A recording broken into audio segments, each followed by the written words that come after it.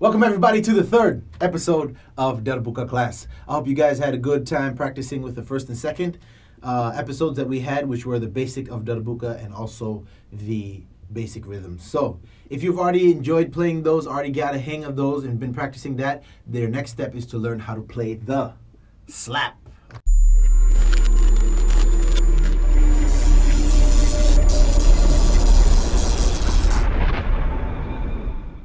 So the slap is the thing that the next hit you should learn. This is what I teach my students in learning Darbuka slap because it's a little bit of a more advanced hit. As you can see the diagrams here, the part that I colored in of the hand, starting from you can actually start from the index finger. A little bit of the index finger hits, and it goes from the index finger all the way on the edge of your hand to your palm. So the position you play it in is actually exactly the same as a doom, but you open up your hand. So it becomes kind of like you cup your hand. So when you cup your hand, you make like a cupping sound. It's kind of like you're grabbing something, but you don't want to push down on the drum hard. You don't want to do this. You want it to just be all high. Okay? So you don't want to go... You don't want to push it down hard, but you want to leave your hand on there. You don't want to lift it right away either. So it's kind of like a mixture between pressing and lift and holding. So you just basically rest your hand on the drum. You shouldn't have to hit hard in order to get the sound. If you have to hit hard, that means you're doing something wrong. So you should be able to play soft and hard. So it's going to be like a really cupping sound, okay? So you want to focus on making sure that your hand... You're playing from here all the way. This is part of your hand's hitting. The middle of your palm is not touching the drum. So, but the position is the same as the doom.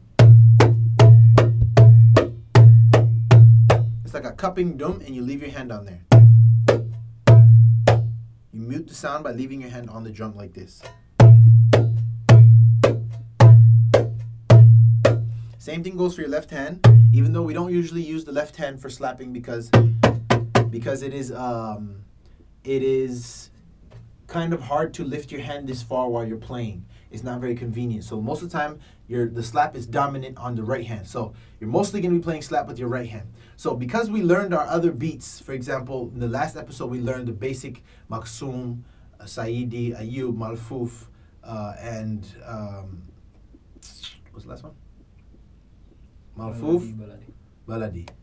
So we learned Maksum, Baladi, Saidi, Malfuf, Ayub. We learned those 5 in the last episode.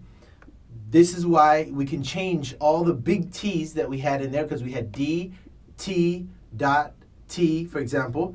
The capital T's we changed for slap. Okay? So it becomes, instead of playing, we change all the T's, the strong tech, to slap.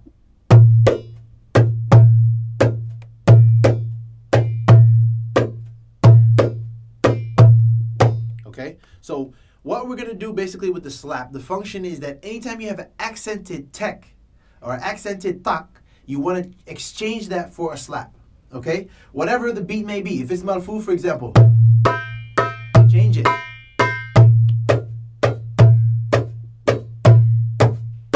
You want to kind of make like a pull motion. So remember that. You got to kind of figure out this hit because it's a little bit unique. It's kind of a pulling motion. You just want to make sure there's no low sound. And you want to make sure it's not a ringing sound. Okay, you want it a stopping, cupping sound. That's what you're trying to look for. So, every time you're playing any beat, the reason why we use a slap is so it's more accented. So if we want to play other text in the beat, for example, like you want to use like a roll in there, is to not confuse it because you don't want to do. There's less distinction. But when you play, then you'll be able to clearly hear this distinction and be able to clearly know which beat it is. Which beat is it? Is it Malfuf? Is it Saidi? Is it Baladi? Whatever one it may be that you're trying to play. So it's a clearer distinction. It's a more strong feeling. So that's why you want to be able to play the slap really well. So practice the slap as much as possible until every time you hit the slap, it's clear. That's also ways to play the slap, to practice the slap. So you can practice it by playing those 5 rhythms. If you don't remember the 5 rhythms, go back to the episode before this and you'll see the 5 rhythms. So remember, play the 5 rhythms with the slap. That is the way to practice your slap, okay? Because those rhythms are switching between where you put the slap. So it's either, or we have,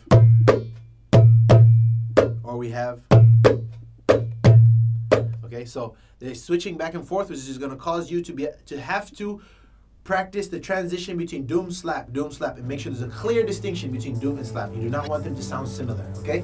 So clear distinction between doom and slap is very important. So practice those 5 rhythms, and that will help you in order to make the clear distinction, the clear playing, and the clear slap sound that you're looking for. Okay, that'll be all for this episode. Don't forget, every week or every 2 weeks maximum, we're coming out with a new English Darbuka class. So don't forget to subscribe, comment, and let me know which tutorials you need, what you're having trouble with, and of course, I'll try to help you out in the comments or in the next video. Peace! I'll see you next time. Wassalam.